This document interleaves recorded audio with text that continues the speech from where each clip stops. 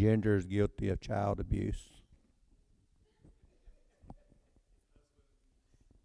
Same difference.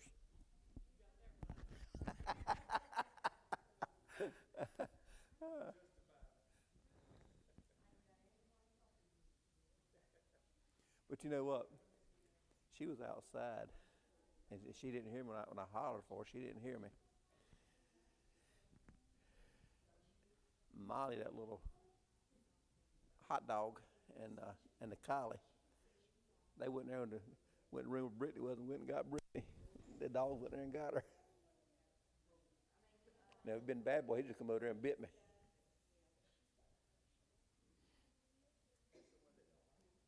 He don't like nobody except for her. Sometimes he don't like her.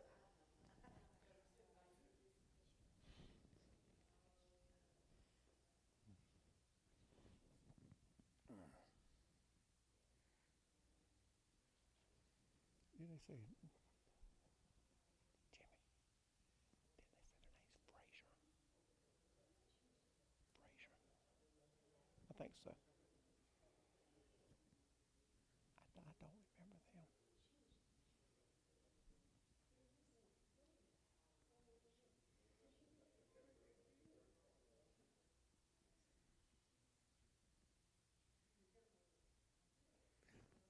2 weeks from now, y'all gonna do a video? You gonna get David? What y'all gonna do? You know?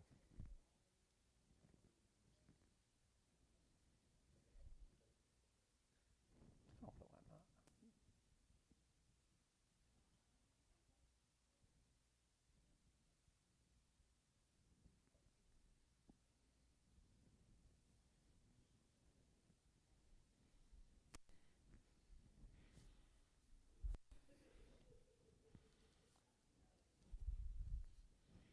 All right, it is time to get started. Trust that there'll be a few others come in as we get moving along. But it's good to see each one that is here thus far. Good to have the Frazier family with us tonight. And Alana, Alani, I tell you one thing, she is one little sweetheart. In fact, Ginger, won't you hang around? Maybe she'll rub off on you. She's a doll, and it's good to have y'all with us tonight. A few announcements we need to be mindful of, because Johnny Ray had a good trip to Florida. He's back, and that's good to see, and glad he had a safe trip there and back. Glad that Trish Cratley made it to Greenville and back, and had a good report on Debbie Smith. She's doing much better, and that's good. But we do want to remember the different ones that are on our sick list. Crystal had her surgery. She's doing better from that. Her friend Michael, I don't even know his last name. But anyway, he's back in the hospital again. But over at Peach County, not sure what's going on with him. Of course, Trish Osmond, we'll continue to remember her as she's been going through some of her procedures, and we trust that things are going better for her, and she'll be up and about before long, maybe. Martha, not here tonight, but it's not time for it, and she's coming with Keith. Okay, she'll be here in a few minutes. All right. And second shift, that's right, they're on second shift. Johnny? Specialist Friday. See what's going on. My lower chamber.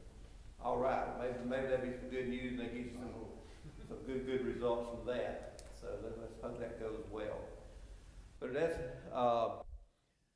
Isaiah has a birthday tomorrow, the 11th, and Trish Cratley, she has another birthday tomorrow. And it's a happy birthday to you tomorrow. And so I don't know if she'll feel a year older or not, but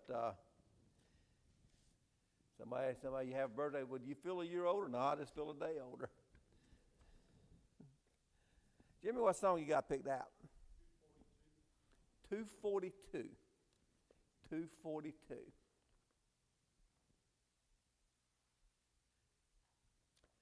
After singing this song, I'm going to ask Danny, if he will, to lead us in a word of prayer as we get started. We are going to be in Deuteronomy tonight, as we have been for the past several weeks. We're going to finish up chapter 19 very briefly, then we'll move into chapter 20. But 242. Read of a place that's called heaven. It's made for the pure and the free. These truths in God's word He has given. How beautiful heaven must be. How beautiful heaven must be. Sweet home of the happy and free. Fair haven of rest for the weary. How beautiful heaven must be. In heaven no drooping nor pining, no wish for elsewhere to be.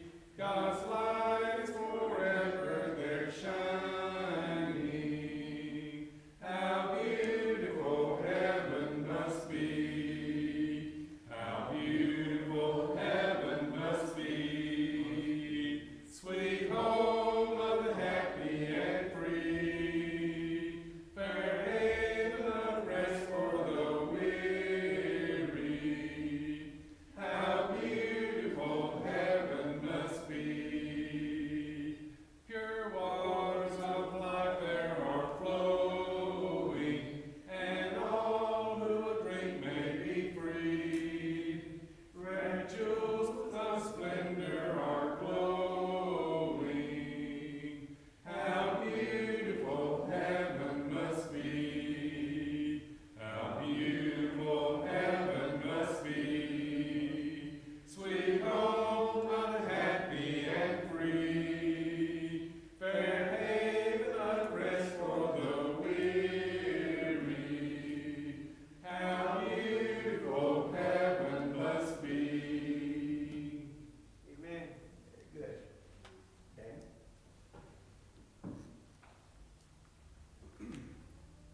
Almighty Father, we're thankful to be here once again this evening to study your word and to worship you. We're thankful for all that are attending here this evening, and we pray for those that were mentioned earlier.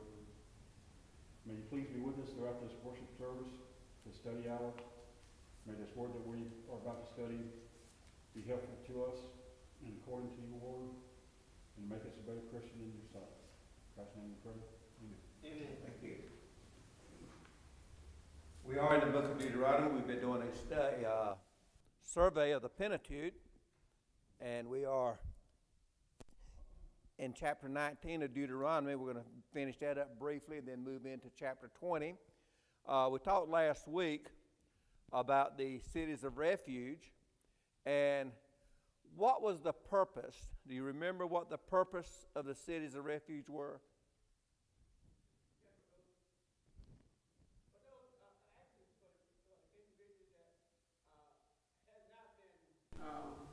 They were not guilty. Okay, they had not been proven guilty, but it was giving them an opportunity to go there until they can be tried and proven guilty or innocent. That's exactly right. It was a safe haven, if you will. That there were originally 3, but they ended up being 6 cities, and these cities were a place of refuge where they could go. If you were accidentally had killed someone, it was a place of safety until the facts could be determined. So that's exactly right. And when we consider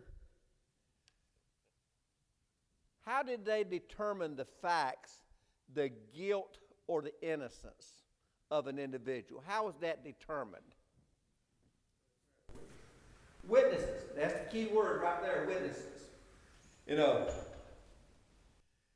Daniel and I, we have an issue, and it's, one person's word against another. Who are you going to believe? But witnesses was the key. Do you have witnesses? And so that was very significant and very important, the witnesses. And So they were, there for that purpose. One word against another wasn't good enough.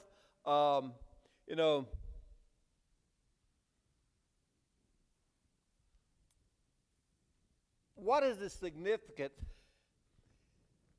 Now, you used the word correctly, witnesses. What's the difference between witnesses and a witness? Miss Linda nailed it. She gets the gold star. But we wouldn't say that, okay? Well, we get 2 gold stars tonight then. But, more than one. What would be the significance of that? One witness versus 2 or 3 witnesses. What would be one witness? If you got a witness, that's a good thing. But what would be the one significant problem with having one witness? That's exactly right. He could have been influenced, and he may be saying something that is not exactly right. That's why more than one witness is certainly far better. If you got one witness, that's what you got. That's what you got. But better to have more than one, and because that one person may not be telling the facts as they were.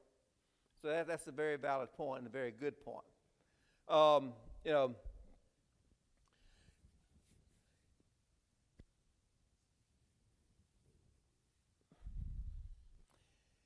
It was very significant to have these witnesses to help prove your innocence. It was intended to be a place for the person who had accidentally, unintentionally killed someone. It wasn't meant for the one who was just flat out wrong, a flat out murderer. That wasn't the intent of it. But what happened if a person accidentally had killed someone, and that individual was on his way to one of these cities, and the victim's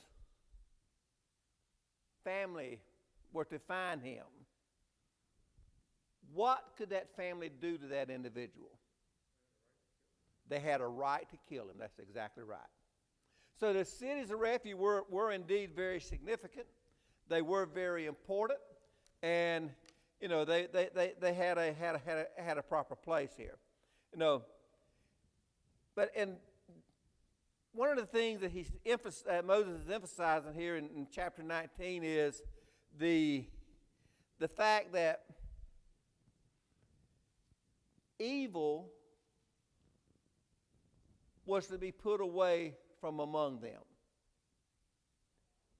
Now, you had people who accidentally committed things, not unintentional.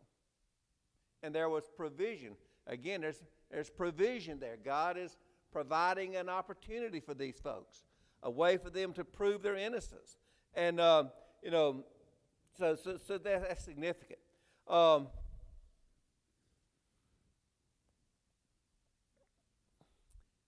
one of the things in verses 20 and 21 of chapter 19 that Moses is emphasizing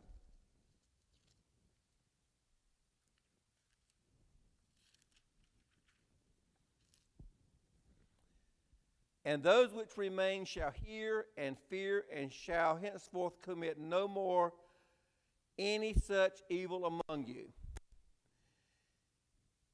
And thine eye shall not pity, but life shall go for life, eye for eye, tooth for tooth, hand for hand, foot for foot. So he's emphasizing, as we just mentioned a while ago, that there should be no evil. You don't want that evil among you. And he's emphasizing here in verse 21, basically an eye for an eye, a tooth for a tooth, a hand for a hand, foot for foot. If you have committed a crime, there's consequences. There's a penalty to pay. Now, does that principle still apply today? It does in many respects, but not 100%. What's the problem in society today with that concept? An eye for an eye, a tooth for a tooth. Well, this is how come we have a justice system, and I just want to iterate just a little bit on what I'm about to say is, are you familiar with the story up in New Jersey where the trucker killed the 7 bikers, and he was facing life in prison? Yes. Okay, you see what happened there? There was no witness for him, but there was 7 or 8 witnesses for the bikers, and the story goes, I mean, the way it seemed, the family wanted him locked up forever. Right. Okay? But he walked away scot-free as a justice. Not one day will he serve other than what he served in jail. So our system, our justice system is there for that reason. Mm-hmm. Instead of just killing him, he had the opportunity to go before witnesses and go before our justice system, and he was found to be, it was an accident. Right. An accident is an accident. Uh-huh. Where they were saying at first, it was, he murdered those bikers, but it was the other way around. The bikers was involved. Right. And that's a good example. You're exactly right. You know, accidents do happen. And certainly, as we all know, there's a difference in an accident and willful destruction. Obviously, there's a huge difference. And in our justice system, it is designed to get it right. However, that's not always the case. There have been, over the generations, innocent people found guilty of crimes that they didn't do and paid a price for. And opposite of that as well. So, you know, the system is not 100% accurate. Wish it was, but it's not. But here we have, as Moses is talking about, eye for an eye, tooth for tooth. Well, Jesus teach that same concept?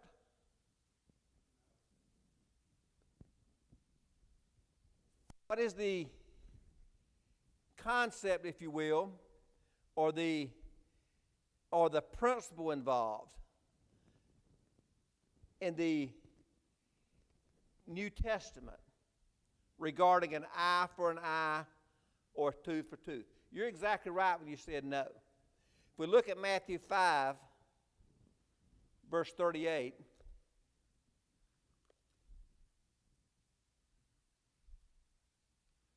in Matthew 5, verses 38 and 39, you have heard that it hath been said, an eye for an eye and a tooth for a tooth. But, here's that big word, but, in verse 39. But I say unto you that you resist not evil, but whosoever shall smite thee on the right cheek, turn to him the other also. And so, no, not that concept. Eye for an eye, tooth for tooth. What about getting revenge, if you will, using that word? Getting justice. Someone does wrong to you. How do we go about getting justice? Where does that justice come in? Where does that revenge, if you will, where does it come in? Vengeance is mine. Vengeance is mine. That's where I'm going, right there. That's exactly right. Vengeance is mine. We don't have to get even. No, we are to have that forgiving attitude, that forgiving spirit. You know, people sometimes do us wrong.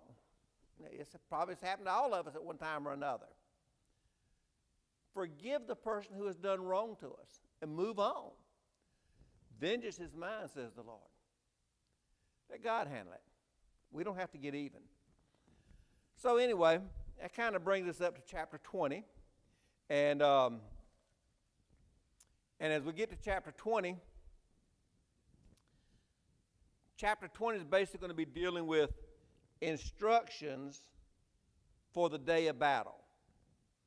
In verses 1 through 4, when thou goest out to battle against thine enemies, and seest horses and chariots and a people more than thou, be not afraid of them, for the Lord thy God is with thee, which brought thee up out of the land of Egypt.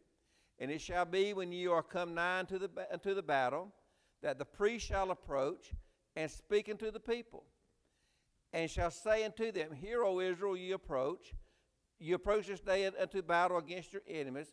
Let not your hearts faint, fear not, and do not tremble, neither be ye terrified because of them.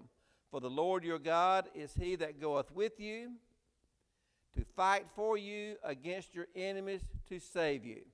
So these first four verses, Moses is basically repeating what has already been said, has already been taught. He's basically repeating that the land of Canaan, the land that they are about to possess, God has promised this land to them. You might say it's a gift. It's been promised to them. And it's a gift from God due to the promise that he had made unto their fathers, we saw in Deuteronomy 19:1. So it's a gift, but there are conditions to obtaining this land. And we've mentioned this in previous chapters. He's saying, don't be afraid. God's with you. You're going to be victorious. You're going to be successful. This is the promise of God. God is with you. So you don't have to be afraid. And, but there are conditions put forth. And what is one of the conditions that we see here?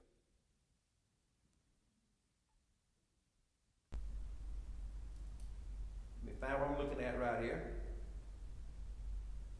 In verse 3, Hear, O Israel, you approach this day into the battle against your enemies. Let not your hearts faint, fear not, and do not tremble.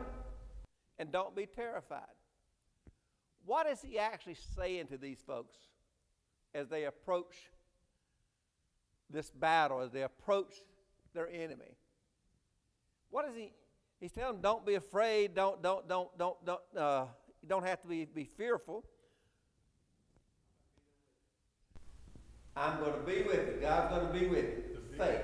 The victory is yours. The victory is yours. That's right. Have faith in God's promises. You're going to be successful.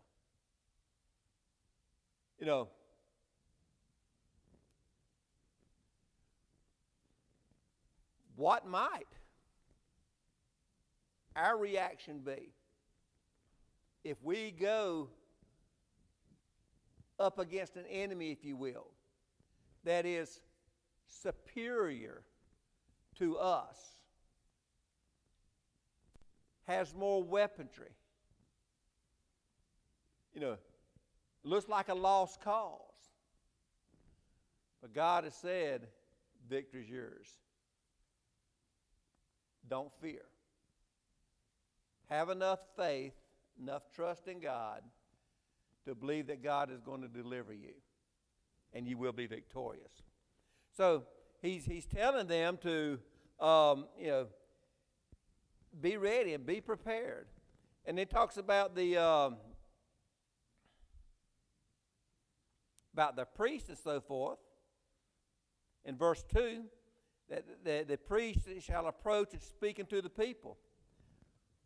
What is the purpose of the priest speaking to the people? What would he be trying to accomplish or be trying to do? And there's several answers here. One is reminding them of God's promise. You're going to be victorious. Don't be afraid. And realizing that by human nature, you very well might be intimidated by the opposition because of their power, their strength, their might, their weaponry, whatever. Their numerical number, maybe they exceed. The odds may be against you. And from the appearance standpoint, and you may be intimidated by that. So he's encouraging them to don't be intimidated. He's strengthening their hands. You look out there and you see your enemy, all their horses, their chariots, or whatever. Don't let that intimidate you. God's in control. Yeah. Impressive verses in the Bible that really keeps me on track is Matthew 17 and verse 20. Okay, and it don't have to be the enemy for his forces and chariots. It could be basically anything in life. True. Anything. But like I said, the faith of if you just had a little faith of a mustard seed. I mean that don't take much. That's right. Okay, so you don't have to have this seasoned Christian faith. You can have little bit of faith. Mm-hmm. Okay. And that's a good point. And he's to encourage them. Remove all doubt. Remove all fear. God's in control. But where's you're touching on where we're going on this. Where's the lesson there for us today? There is a lesson there. Notice, if you will, 1 Peter 1, 6 and 7. 1 Peter 1, 6 and 7.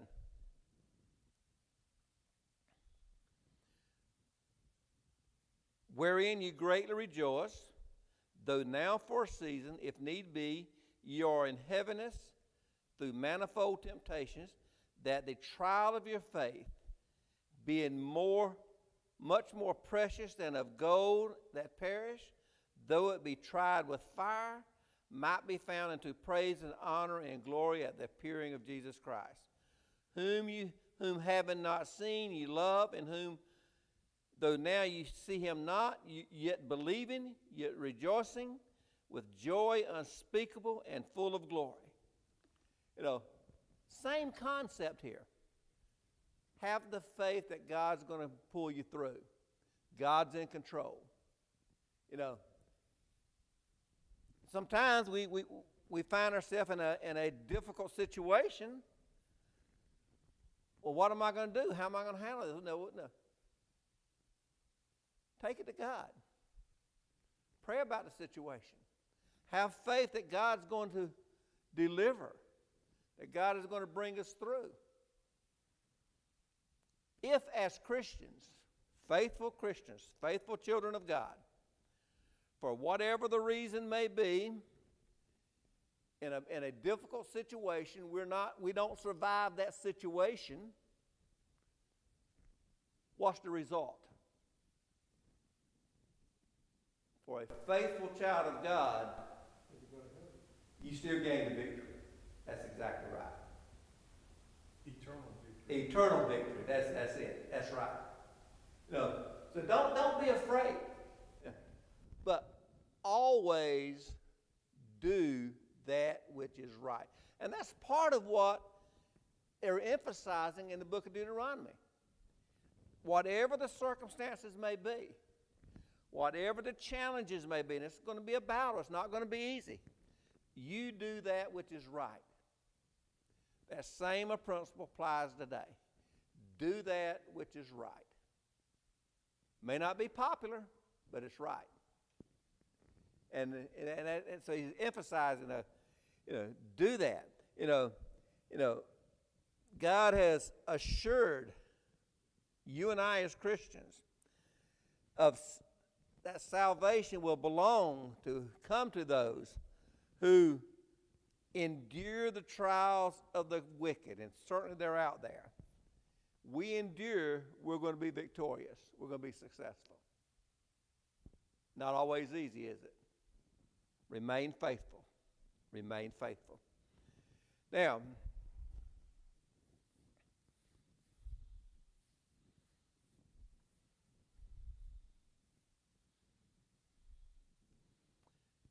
as we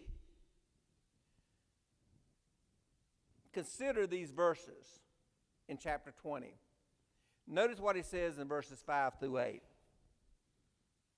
And the officers shall speak unto the people, saying, What man is there that hath built a new house, and hath not dedicated it?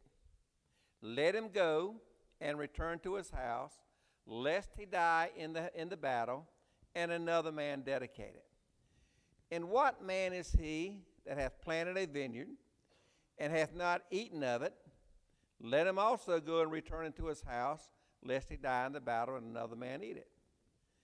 And what man is there that hath betrothed a wife, and hath not taken her? Let him go and return to his house, lest he die in the battle, and another man take her. And the officers shall speak further unto the people, and they shall say, What man is there that is fearful and faint-hearted? Let him go and return into his house, lest his brethren's heart faint, as well as his heart. So in these verses 5 through 8, what is he saying? He's actually portraying a battlefield. You've got two armies. You've got two different groups, two different sides that are preparing for this battle, preparing for war. And the priest has given their speech, telling the armies of God, if you will, that God's going to fight for them. God's going to be there. He's going to be there, and they're not to fear those that they're going to be facing, the enemy. Then he's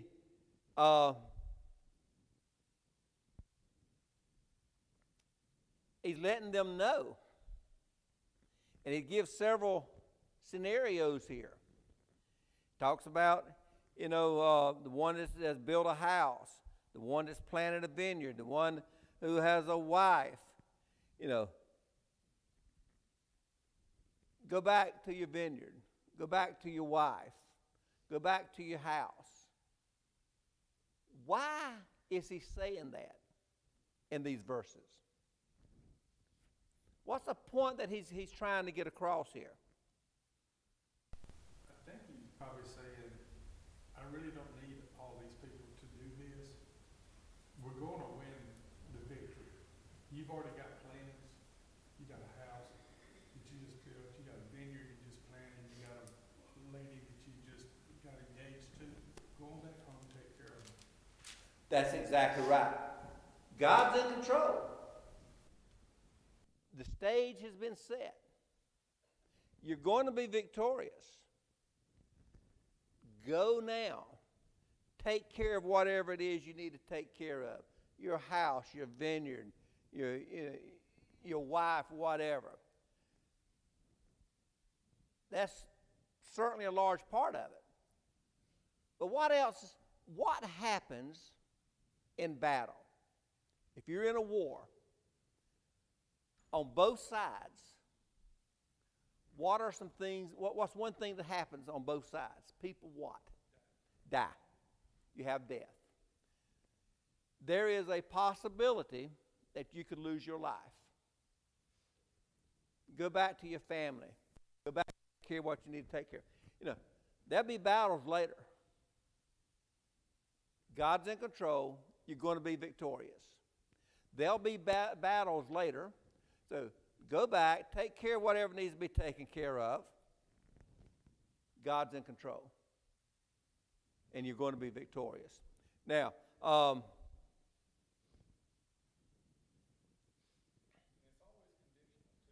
conditional too. If you go in and you win, you better worship God and have nothing else to do with idols and so forth.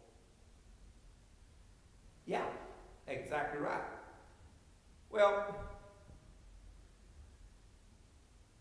how does this that we're reading here, how does this apply to us today? God's gift of life. It's a gift. Romans tells us that. God's gift of life.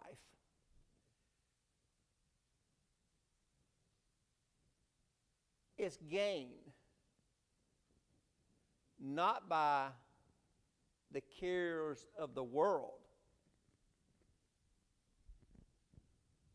but by our obedience and faith and trust in God. You know,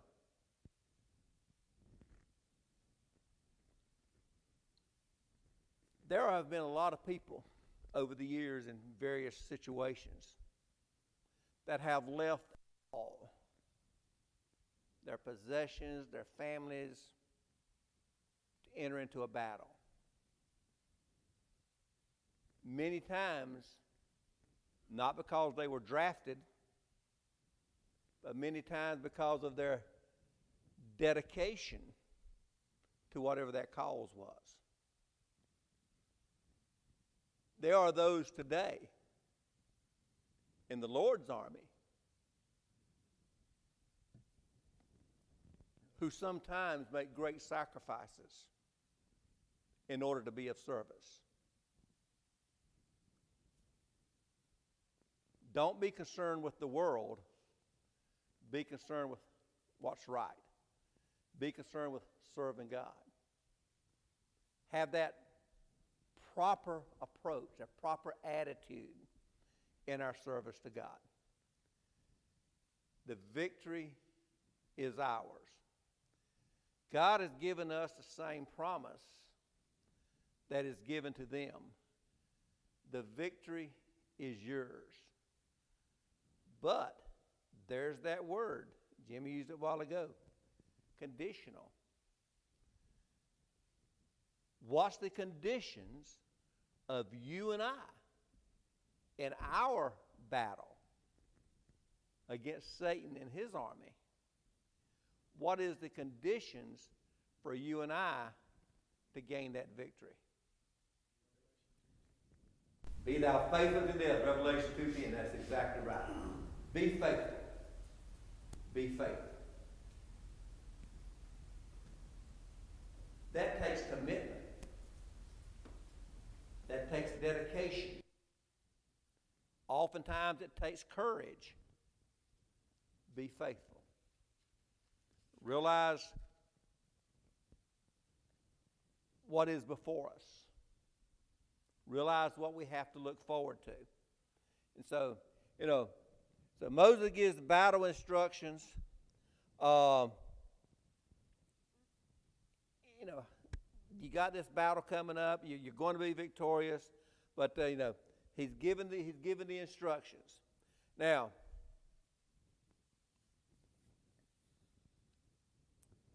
but notice verses 16 through 18 of chapter 20.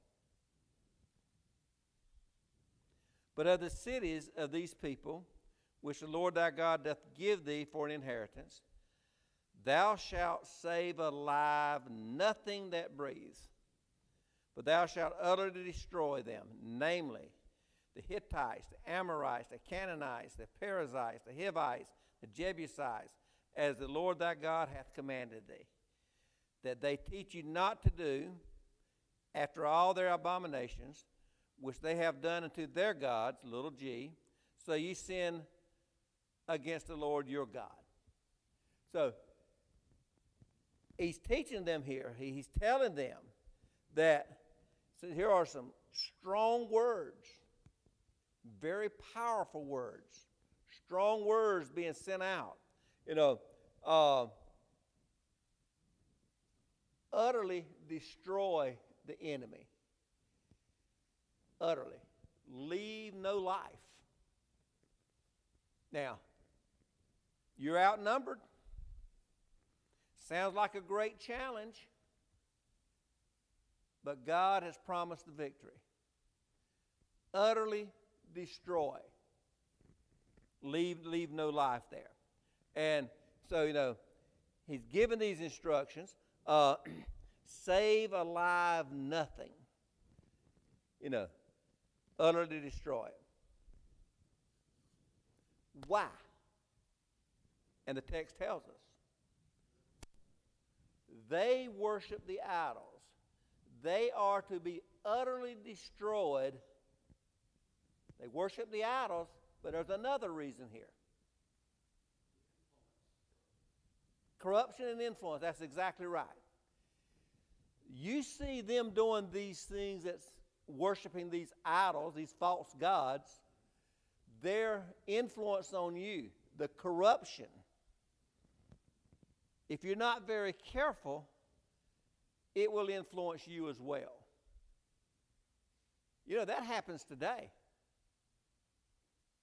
Look at the influence of the society in which you and I live in, with the things that are against God's teachings, that are accepted in society. You know, things become accepted. Well, that's the way life is. Doesn't matter what God says, according to some people. That's the way life is. You know, the little white lie. People have the idea it doesn't hurt anything.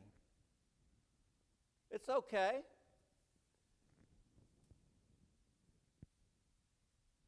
People living together before they get married. That's accepted. Kind of a common idea now. It's not God's plan. People enter marriage with the idea, if I don't like it, I'll get a divorce. That's not God's plan. So you got the same concept here. Be careful. Utterly destroy them so that they don't have that influence on you. Again, it sounds cruel to utterly destroy everything, but in reality, it's God's provision. God is providing. God is caring for them. The victory's yours. It's yours for the taking. But you got to do what God has instructed. So it's very, very significant there. You know,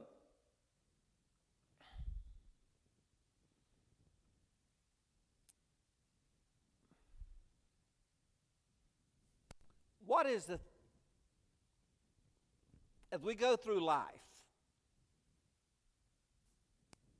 I'm trying to think the best way to put the question. As we go through life, what are the things that we like to hear?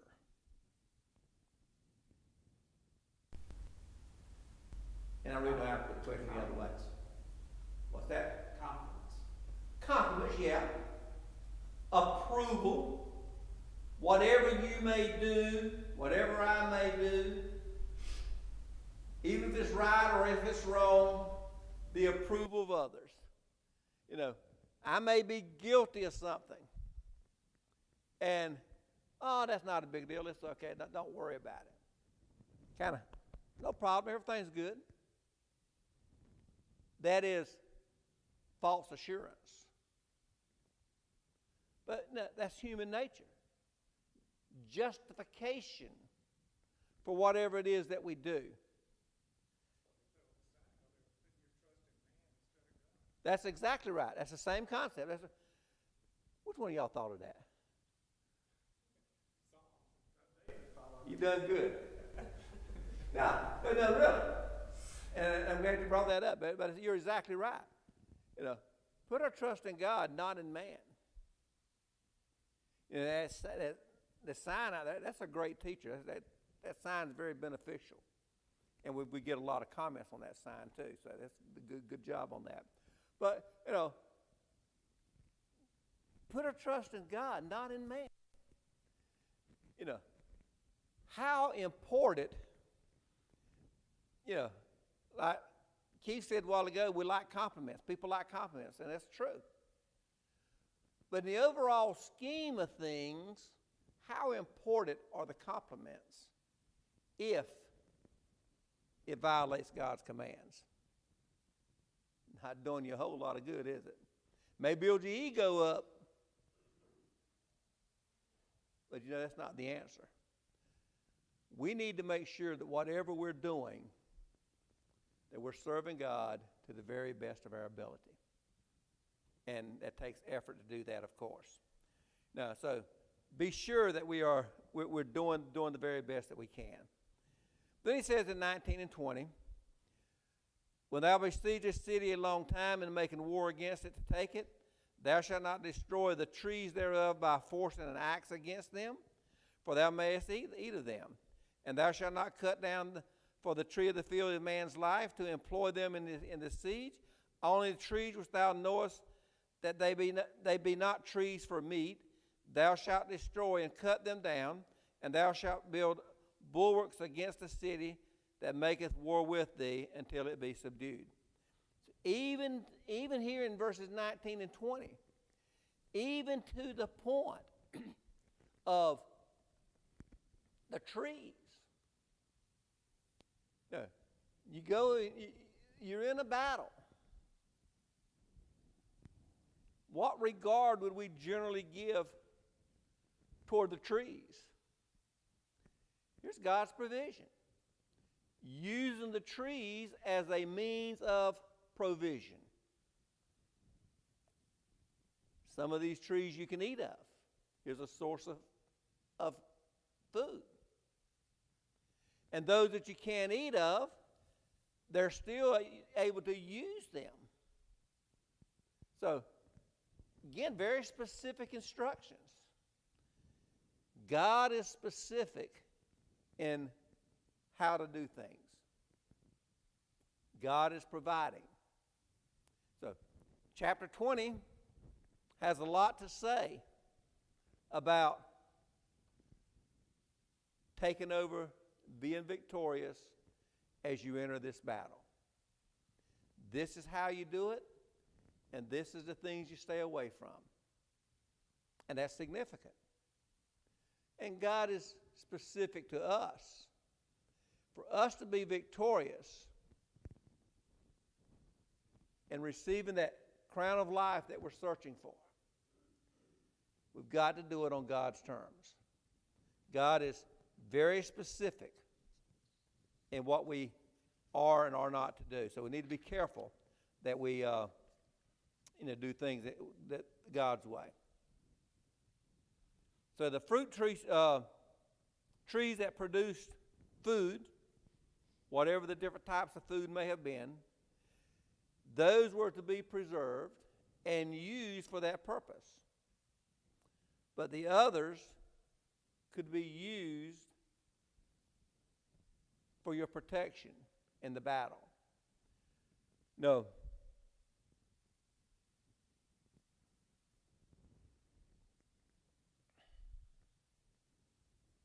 Be thou faithful unto death. Revelation 2, latter part of verse 10. What does that mean? Be thou faithful unto death.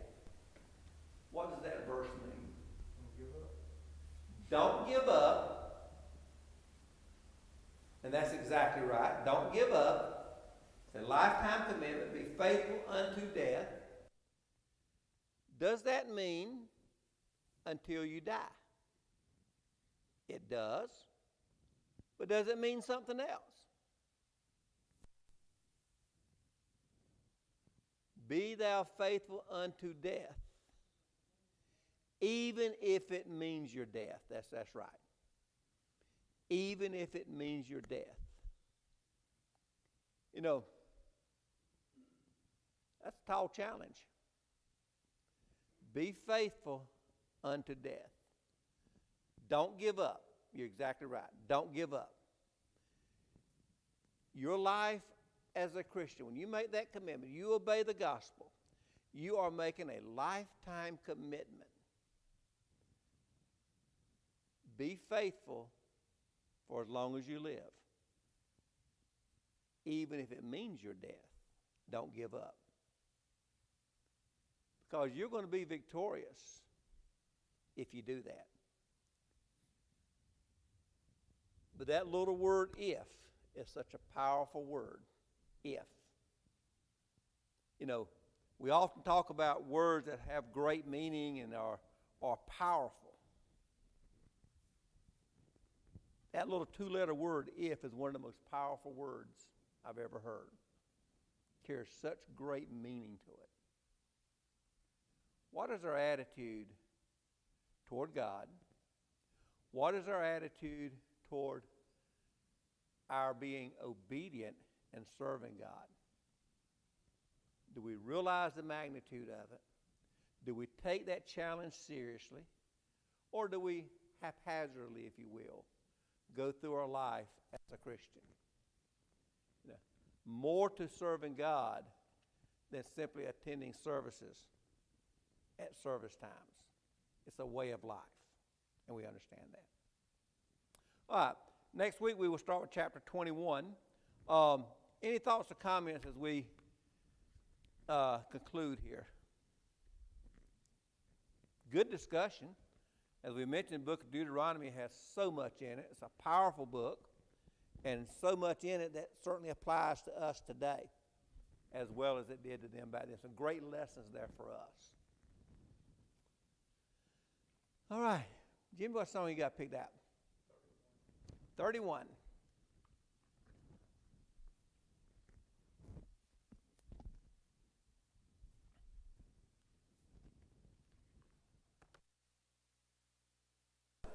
I think there's a correlation between the fruitful trees, the physical fruitful trees, and us as Christians being spiritually fruitful. Yeah. If we're not being fruitful, then God, why are we playing Christian? That's exactly right. That's a good point. You're exactly right. God expects us to be fruitful, to bear fruit. How do we bear fruit? That's a good point you brought up. How do we bear fruit? What's involved in that? And there's several answers to that question. How do we bear fruit? Teaching others is certainly one thing. Doing the talents that you have. That's very good. Using the talents that we have, and we all have them. Because they came from God. They came from God. Very good point. Use the talents we have. And we all have different talents. Setting the proper example is a way of bearing fruit. Certainly teaching others is a way of bearing fruit. Using those talents, doing the good deeds is a way of bearing fruit. So that's a good point you brought up there, and saying that was a good answer. Absolutely right. Use the talents that we have, and we all have them.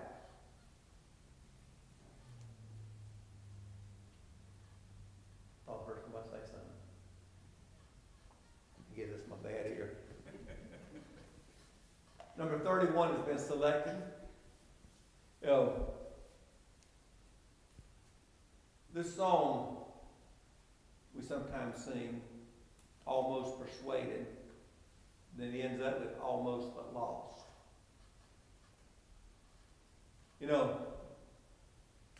Over the ages, there have been many people who were almost persuaded. Almost. But for whatever the reason, they have rejected God. Almost is not good enough. Almost is not victorious. Almost but lost.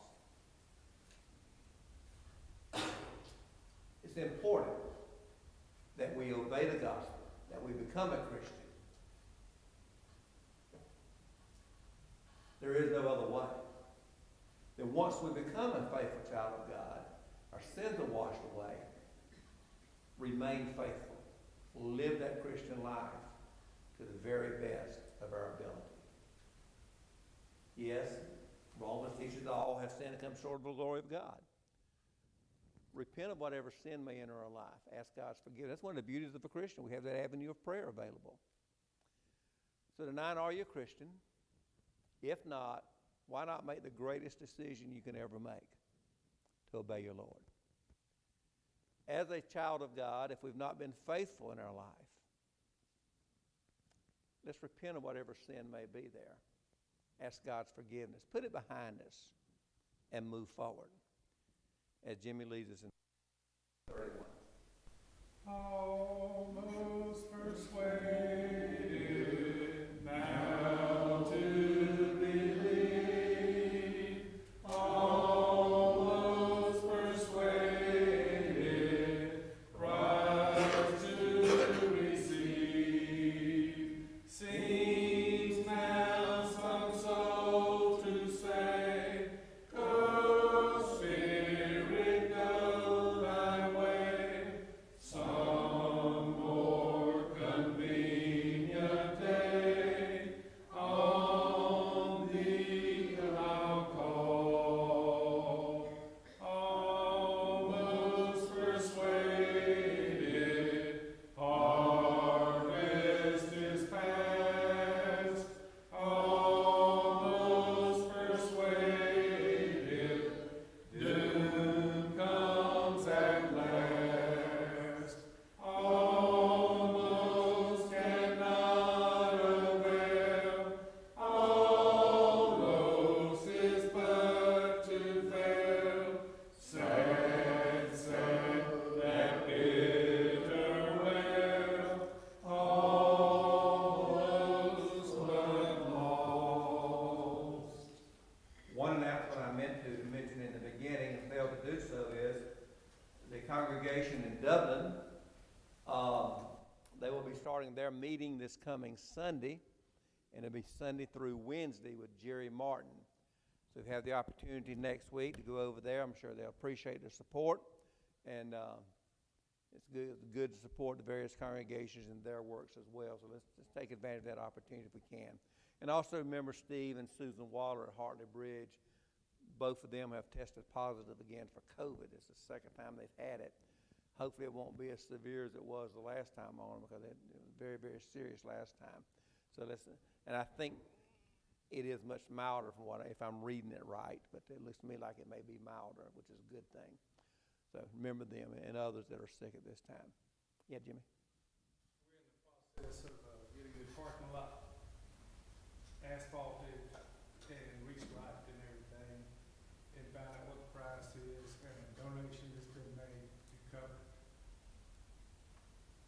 Wonderful. When we had the parking lot done, 2010? They told us then that it needed to be basically resurfaced every 5 years, and we're a little bit late doing that. Only about 12 years. About 7 years late, but that's great.